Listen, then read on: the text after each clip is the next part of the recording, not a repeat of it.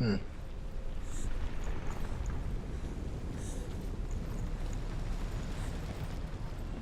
something's pretty weird is happening with the graphics.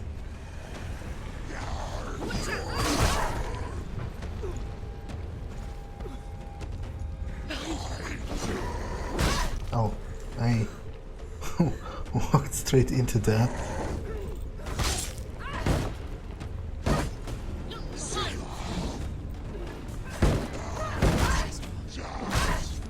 Okay, I'm dead.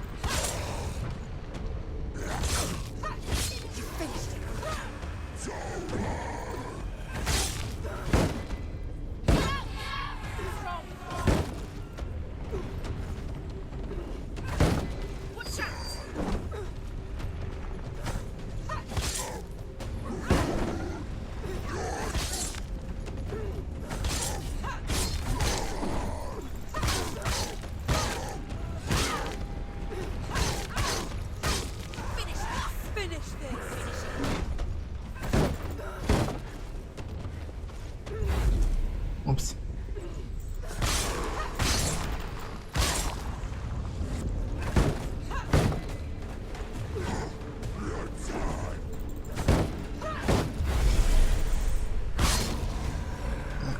I feel like there's no particular reason to hoard this focus mode, because it seems to replenish pretty easily anyway.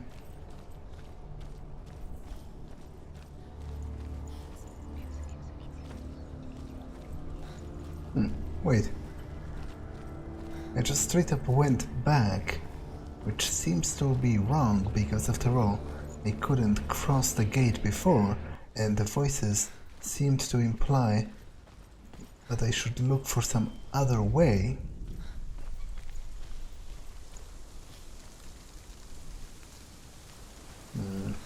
Okay, there's another one of those lore stones, so I am going to listen to that. I guess it's no longer a stone, it's a piece of wood. It was a frost giant, a being of darkness, and all his sons and grandsons were dark after him. Of his daughters and granddaughters, some were monstrous, but others fair. But there was another who came from the ice, Buri. In shape, he was like a man, big and powerful. His son, Bor, took a fair giant to be his wife, and they had 3 sons. Odin was the eldest, and the Northmen hold him to be the foremost of the gods, the All-Father. Okay. More corpses.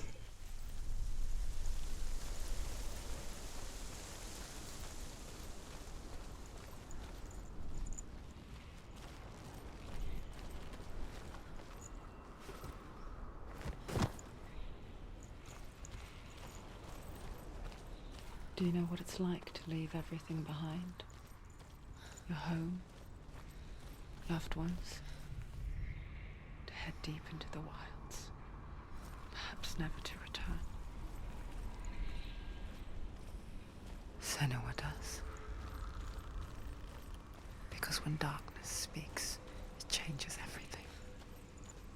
Turning home into a foreign land and loved ones into strangers.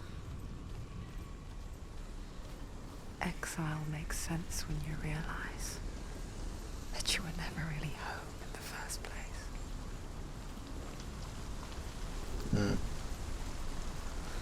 So it referenced her exile again, and again seemed to imply that it was self-imposed, but I'm not quite sure how to understand that.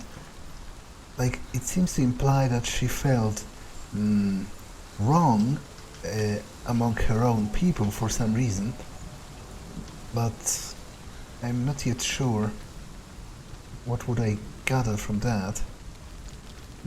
Okay, it's another one of those symbols of the god of deceit, and there are those ravens.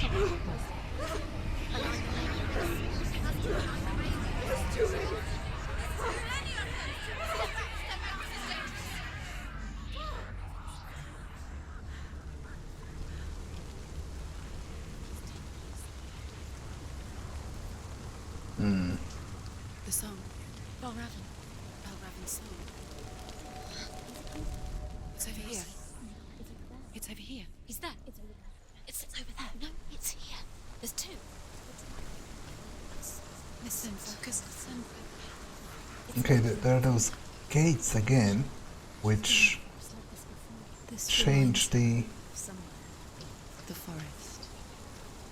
world around me. The wilds. At least usually they do. She went to the wilds a long time ago. Why did she go to the wilds? She wanted to fight her own darkness. She thought she could beat her own darkness. Did she beat her darkness? No. It nearly killed her, but she tried. Druth helped her. If it wasn't for Druth, she'd be dead.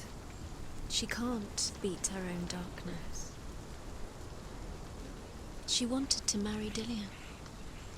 She came to beat her own darkness and marry Dillion. But it didn't work. She thought her curse would affect him. She thought her curse would spread to him. She thought she'd bring the darkness to him too. She nearly died. She thought the curse made her tainted. Druth helped her. Okay, so it's said that Senua went into exile because she wanted to battle her own darkness, which she considered to be a curse. And I wonder if that implies that she was mentally ill even before, she had some psychological problems that her society at the time didn't really understand, and that she herself didn't understand. So she thought she was cursed, seeing things that aren't there, hearing voices and whatever. It very much sounds like being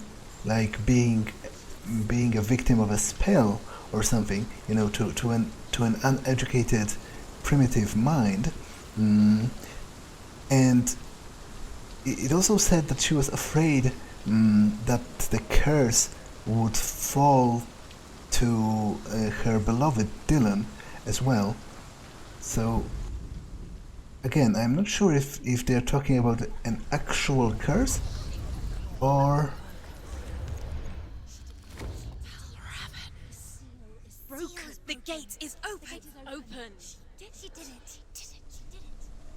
There is no such thing as victory when it comes to the darkness. It's like it doesn't want to kill her. Yet. It will gnaw at her, biding its time. Only when she is at her weakest will it strike to kill. Will she find Dillion before her time comes?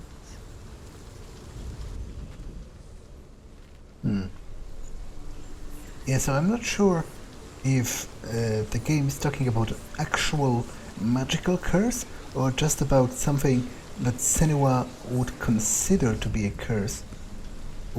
Because many of those things the game has been talking about so far, the darkness especially, and how it gnaws at you and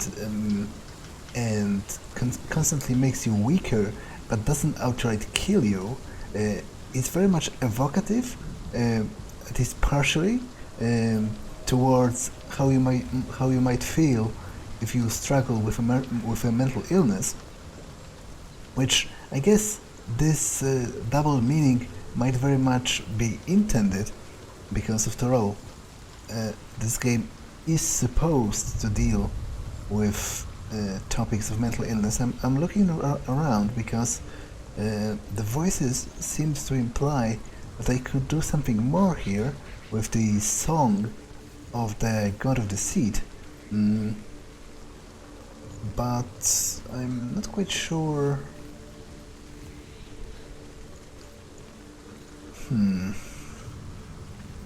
Okay, there's another one of those lore stones, so let's listen to that.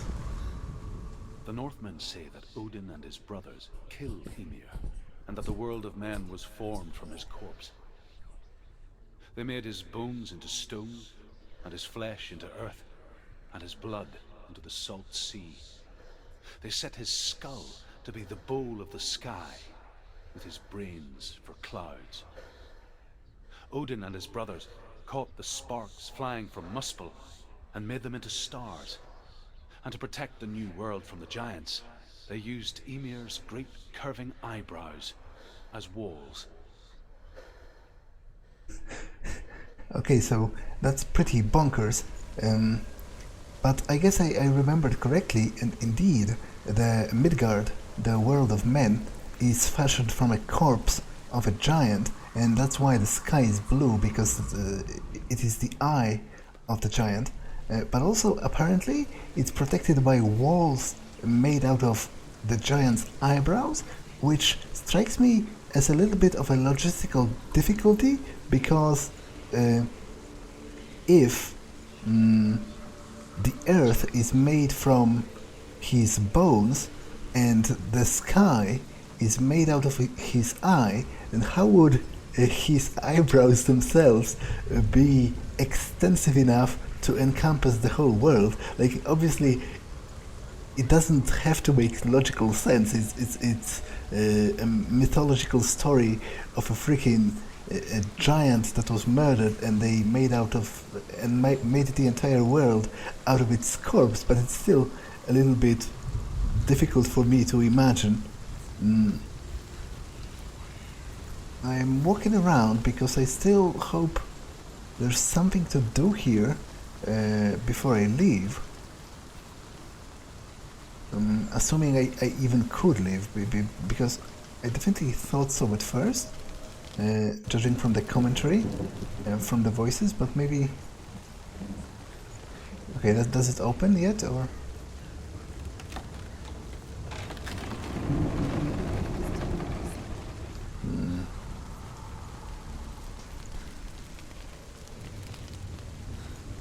So I guess I probably overlooked something here. Because I definitely remember the game talking about a different lead they could take. You know, maybe search, because the Valoran is his name, I think.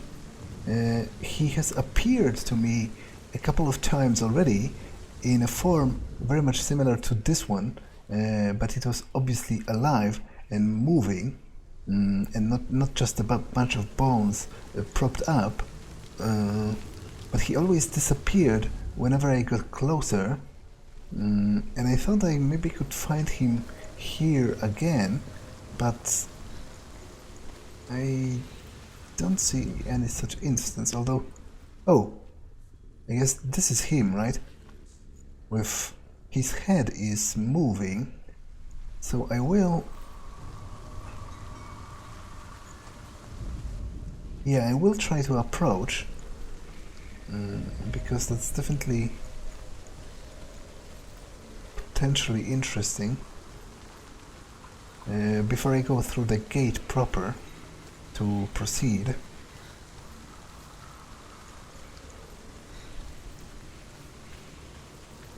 Although I'm not quite sure how to get there. I guess I will learn that soon enough.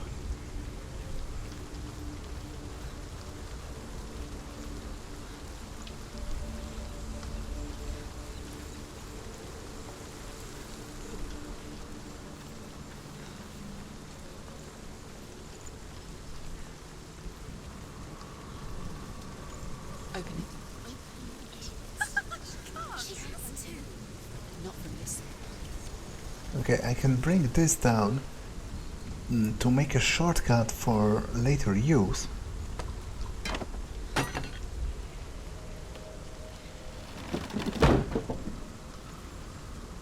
But I would still like to approach the god just to see what happens. Okay, so I can open this as well.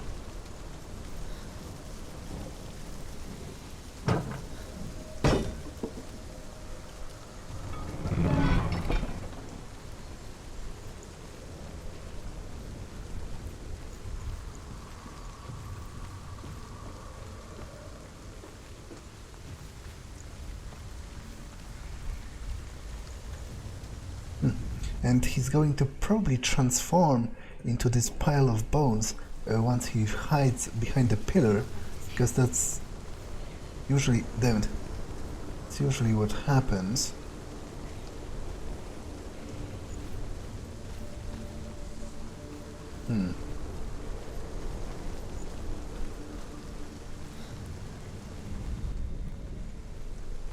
Okay, I'll check this area just quickly.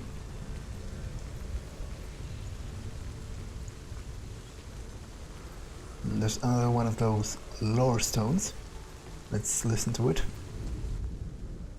The Northmen say you must sacrifice in order to receive. They tell how the runes were revealed to Odin only in sacrifice.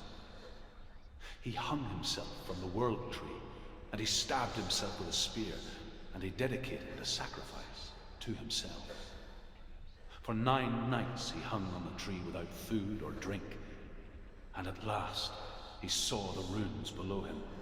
He gave a cry and gathered them in his mind and learnt them. Then he fell from the tree.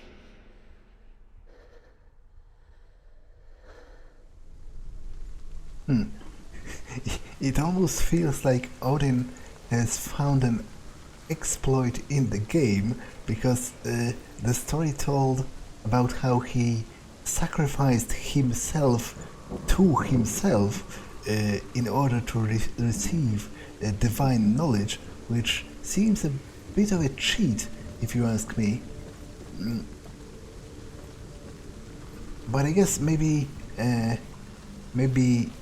the fact he sacrificed to himself doesn't really matter as long as he suffered for it. Okay, there doesn't look to be a jumping possibility, so I'm not quite sure how to bridge this gap. He was very clearly there.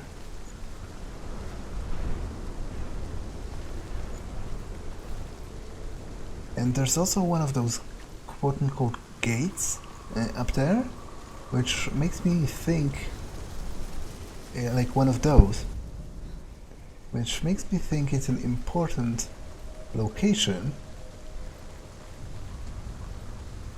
but I'm a little bit confused on how to reach it.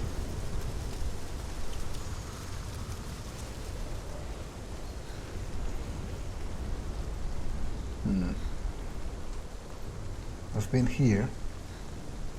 I guess the only thing I can think of is going back through this gate and seeing if the world changes, depending on if I step through it or past it. But it doesn't. I guess it is different. So let's give this a try. And maybe it'll produce like a staircase inside that will let me cross. Yeah, the gate is opened.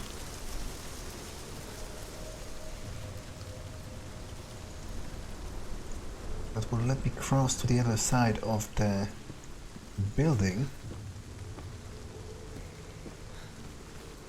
Yeah, right, because this piece of the wall was crumbled in the different vision.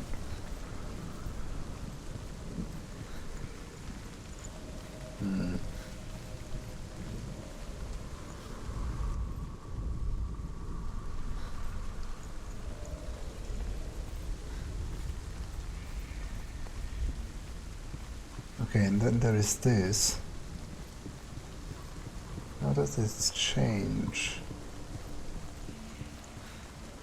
The ravens. The ravens. They've gone. They've gone. No, Half of them have gone. they've gone. Some are still there. But where? Some are still there. Well, Raven's helping. He's not helping. It's a trick. Quiet. I can't think.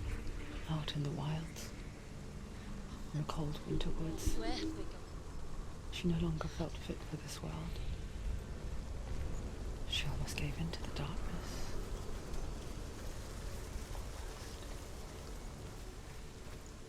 She remembered Dillian's words. She remembered her promise. She resolved to fight on and kill that which had become a part of her. Okay, so again, the wording used is very much evocative of struggling with a mental illness, because it was talking about how Senua felt not worthy of living, and how how she struggled with something, with the darkness that was part of herself, which is definitely something. It's exactly how you could describe having a mental illness, because it is part of yourself, but it's also something that slowly destroys you. Okay, so this is... The ravens. They've all gone. No. There's still three. There's three. There's three. Where have they gone? Where have they gone? She did it. What does it mean? Looking back, I was so naive to think she could banish it on her own. The further she saw into the darkness, the more she struggled to see anything at all. And the gloom, the smallest hints of shape, sound, or thought, grew in strength until they consumed her whole. Before she knew it, the darkness had her in its claws. So I guess the only thing that has really happened is that stepping through those gates destroyed the duplicate ravens and only left 3 that I would have used to open the gate. But seeing how I opened the gate pretty much by accident before doing that, there's not much that I have gained, but I'm still glad that I took the time to go through those illusion gates up there and up there, because it seems to have triggered bits of like Senua's recollection of events, which helped me understand her backstory and generally what was happening. That's him again. It's really creepy how like this static version of this idol made out of propped up bones and feathers suddenly comes alive, but he's only moving very slightly, so if you're not looking closely at him, you might think he's just the part of a scenery, but in fact he's... yeah, right. And it's cool how he transitions back into his static form of inanimate objects and disappears. In general, so far, this game is definitely full of like cool, interesting designs.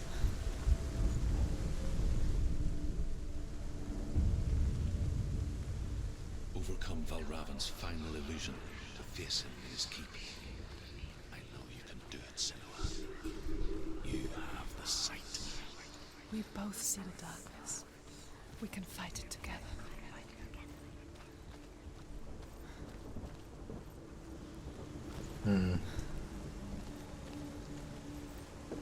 Okay, so I need to be somewhere over there, I guess, to align them properly.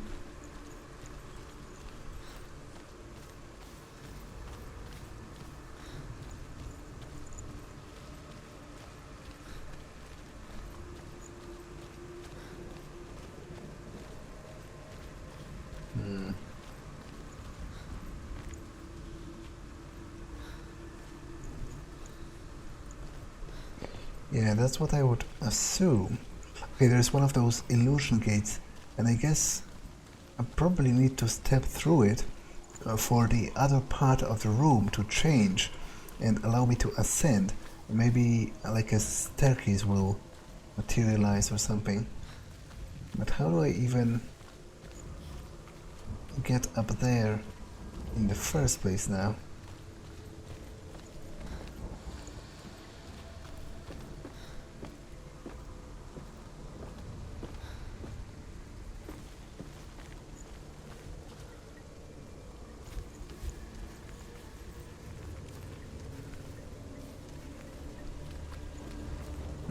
I do not see the immediate difference, but surely something must have changed. Tell me a story. Senua, listen. I will tell you the tale of a man called Findan. The Northmen captured Findan's sister, and his father sent him to pay for her release. But they took his gold, put him in chains, and held him for a day and a night without food or water. Then they released him. I don't know why. Upon his return, his father's enemies in Erin set fire to his home.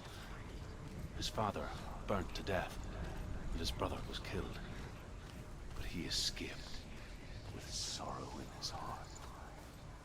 His father's enemies offered redress for his loss okay. and invited him to a feast. It was at a hall near the sea. But when he went there, they betrayed him to the Northmen, who enslaved him and took him to hell. 6 years later, his slave masters landed on the shores of Orkney, burning all before them. And into that fire, Findan made his escape. What was Findan burnt away that day. But from the flames, a new man stepped forward, and Druth was born. Druth, the man that I am now. And though Findan never set eyes on his dear sister again, I, Druth, have found you, Senua. I wish you could have seen my home before these dark times. Okay, so it's kind of weird because from the overall tone and context of his words, I would assume that Senua is in fact his sister, but they both almost changed identities because due to the trauma that they have suffered, they've become different people, and he no longer bears the name Findan. Instead, he calls himself Druth. And he said that Findan never saw his sister again, but he, Druth, found Senua. But in fact, Druth is Findan. He's just, he just perceives himself differently. And the construction of that sentence made me think that, Senua is almost like an alternate identity of who once was Findan's sister. But maybe I'm totally wrong. Anyway, how do I... Obviously, this has to be used for something, right?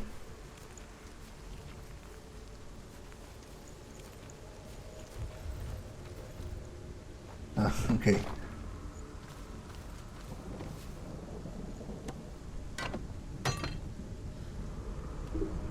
This will let me go back.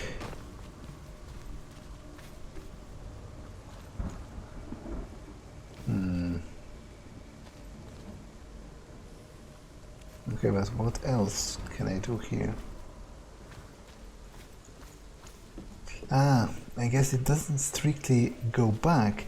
It's a totally separate area, and it will allow me to... Though, no, it does go back. I was here, after all.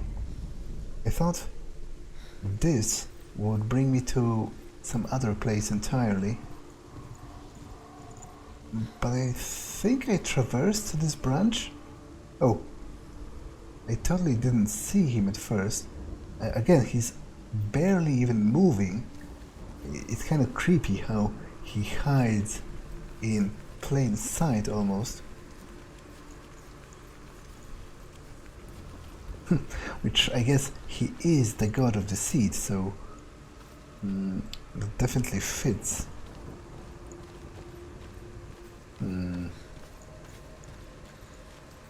Yeah, I would assume I need to stand where he is standing, because obviously, judging from the position of the pieces of the raven, I need to be somewhere high.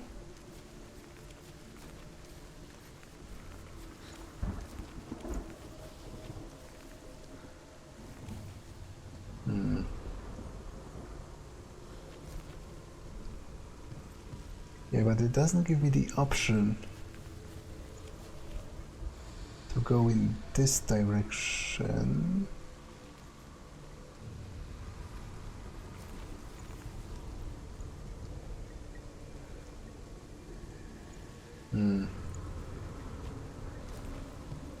Okay, maybe I need to mess with the gates a little more.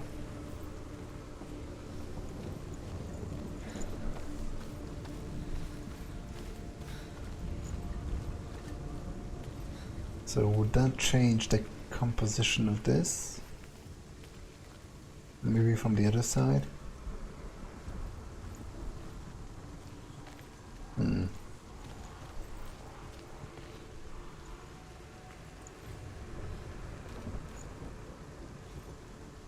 Yeah, it didn't really... I don't think it changed in any visible way.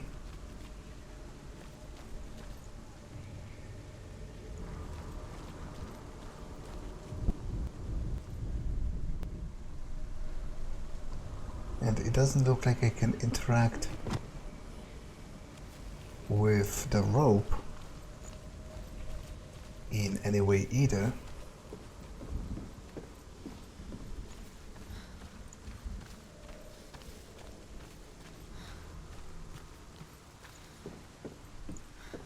Yeah, I'm pretty sure I'm supposed to get where he is. I just don't know how.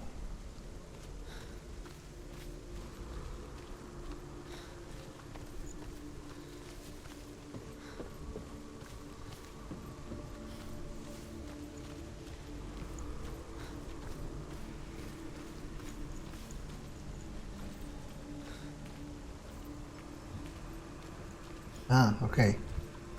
So this is different, and presumably I will be able to climb the branches from here.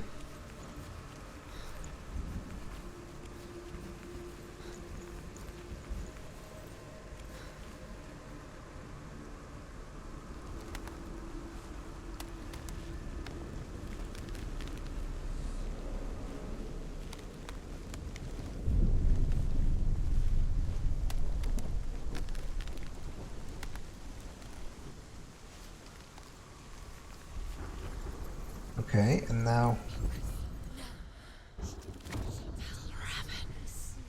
Broken. The gate is open. Open. This darkness. I know it from the wilds. It's coming back for me.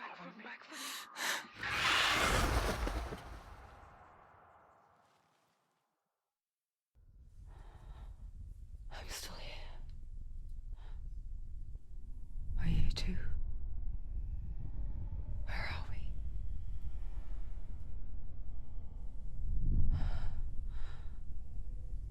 I remember.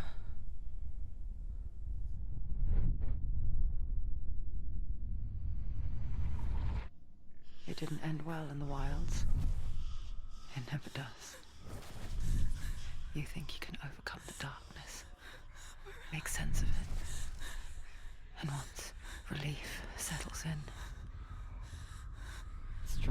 of nowhere, throwing you helplessly back into the maelstrom, drowning the mind in fear, deeper, deeper, dragging you down so far into the void that maybe this time there is no coming back.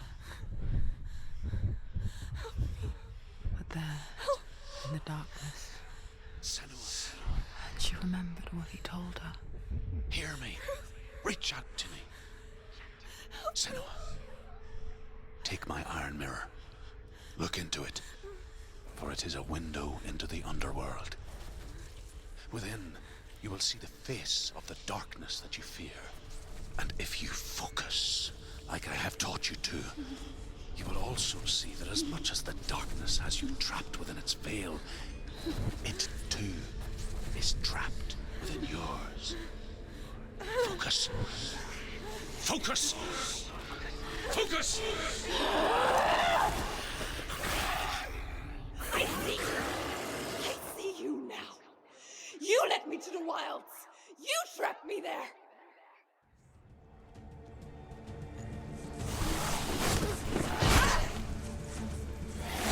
Stop! She will die. Stop. Find me.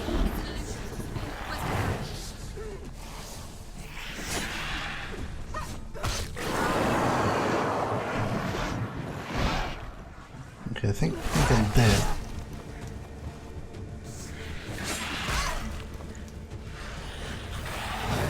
I definitely feel dead.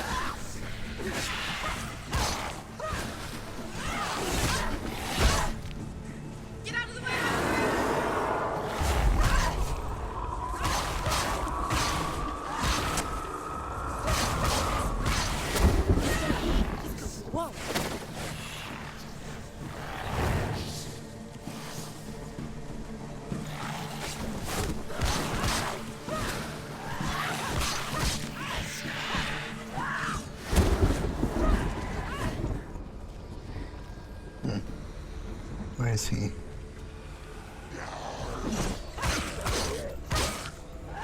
Okay, so I guess he summoned a bunch of minions to fight with him. Now I have a nasty feeling that if I die to them, I'm going to have to repeat the whole sequence with him as well. And I definitely feel like I am going to die, because even though this combat system is pretty easy, I still feel like I totally suck at it. Okay, that was a really bad moment to activate that. Damn it, I wanted to deactivate that and instead I just wasted it.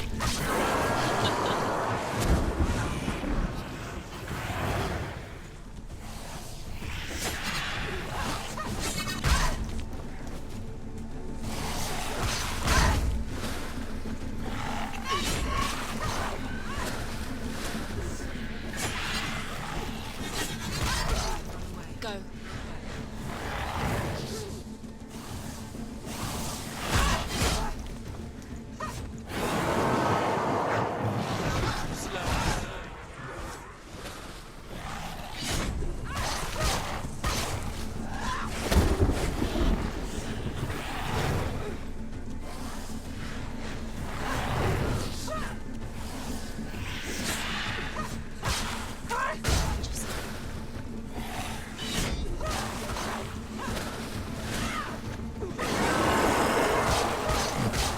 What's especially annoying is that I don't have any good indication that I'm actually hurting him? Like, I'm not asking for an actual health bar. It would just be good to see, you know, like, I don't know, bits of flesh falling off of him or him bleeding profusely.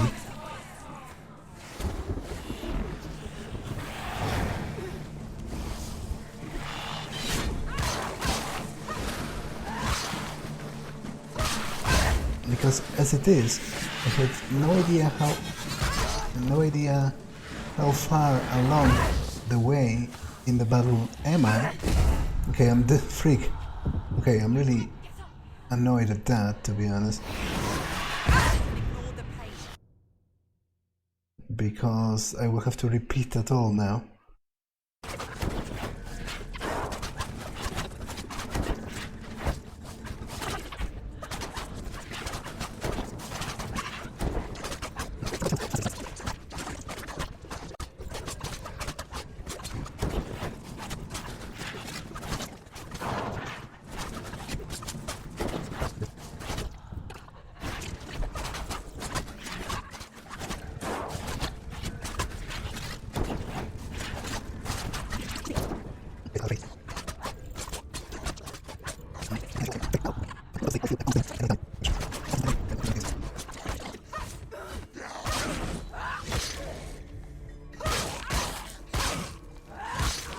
But I think the voices were telling me how I'm almost there, so presumably after I defeat the mooks, it's going to be the last part of the fight with the actual god of the seed. But even there,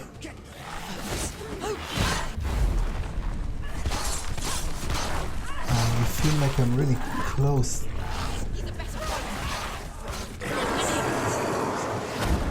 to my own death, which is pretty annoying, all things considered, because when I die, I will have to repeat all of... Yeah, right. Defend yourself. Focus.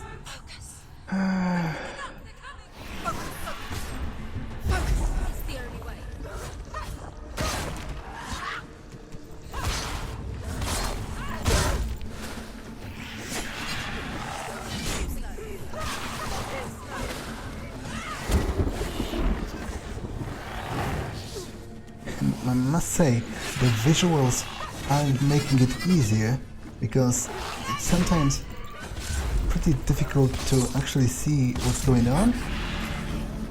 I never beat you in the wilds, did I? It was an illusion. But not this time!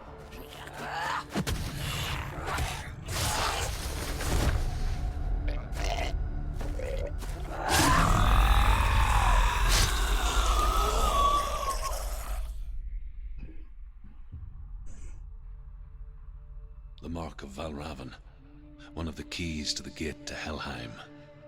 Hold it in your mind's eye. With every battle, the darkness grows stronger. Every victory bringing her closer to defeat. Unfair, isn't it? In those dark winter nights in the wilds, there were times when she considered letting go. If it weren't for truth, a chance encounter in the wilds, she would not have heard his stories of the Northmen.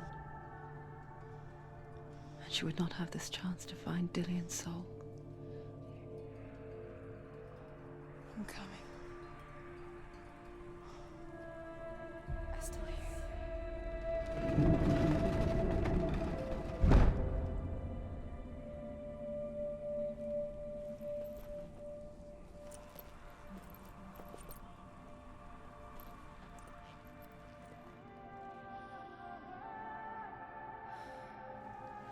So I feel like it was a pretty clear indication there in the dialogue that Senua actually either considered or straight up attempted suicide, at some point when she was in the wilds. It's interesting how the climate has changed and the overall feel of the environment. When she was younger, she would lay in the grass and stare at the clouds. And then she saw them. Elusive. Shifting faces. After a while, she could see the faces everywhere. The trees, the mountains, caves.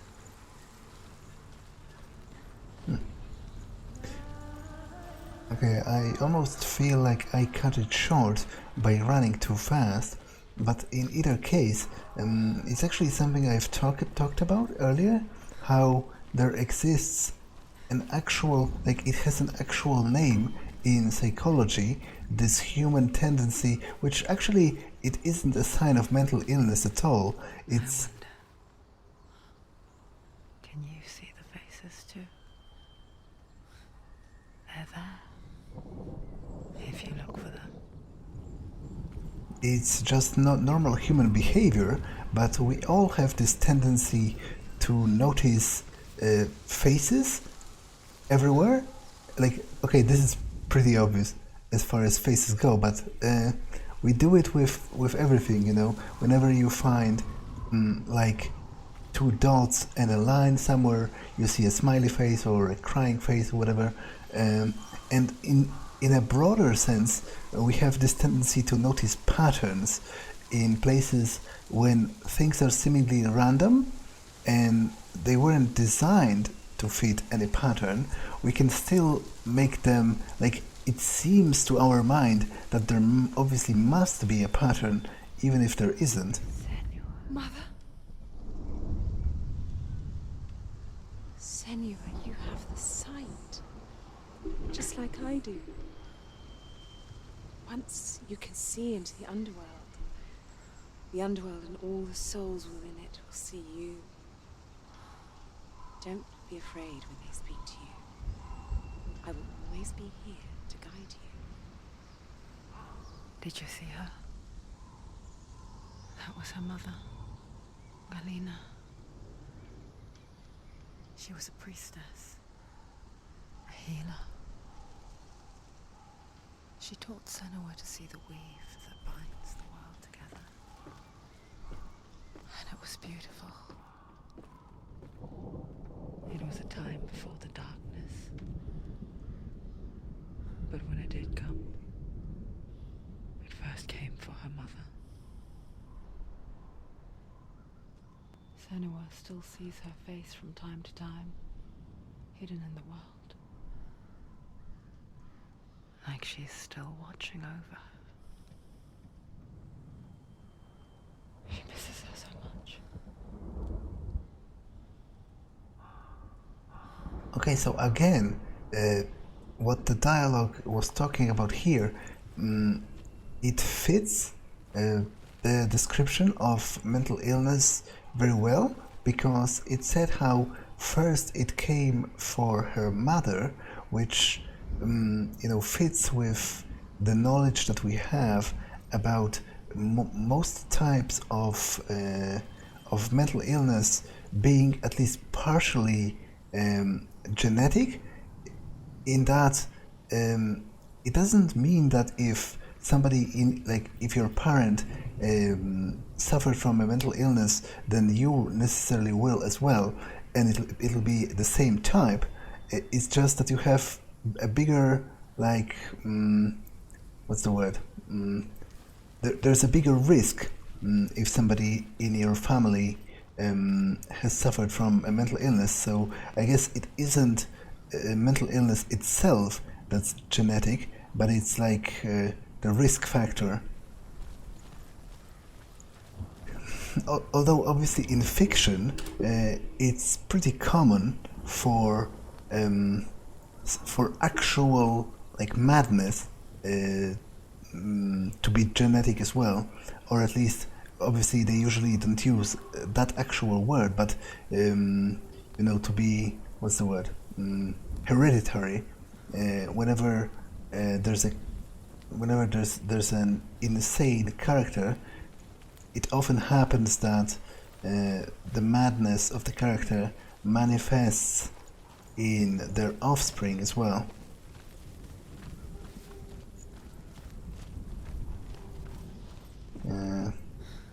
Okay, so I'm back in the beginning, and I guess I am going back to the gate, right?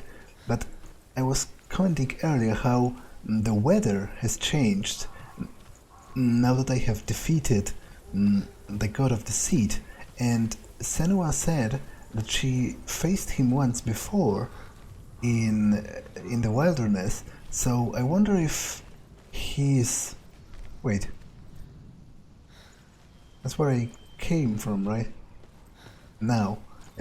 So I wonder if he's like a metaphor for some of her mental struggles or something, and now that she dealt with him, she just sees the world as a more beautiful place because of that. Because before it was clouded by her and affected by her, mental problems and her negative feelings. Okay, I'm a little bit lost here because I was pretty sure this is where the first rock gate was, right? So this should bring me back to the actual gate to Helheim that was blocked by those two seals, corresponding to the two gods, Surtr, the god of fire, and whatever his name, Valvaran, something like that, the god of the seed.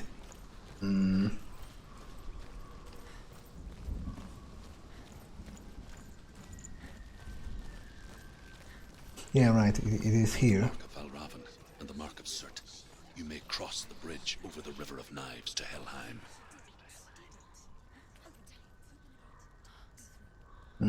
Okay, but this episode has been long enough, so I will cross the bridge to Helheim in the next one. For now, that's all for this one, and I'll see you in the next one. Bye!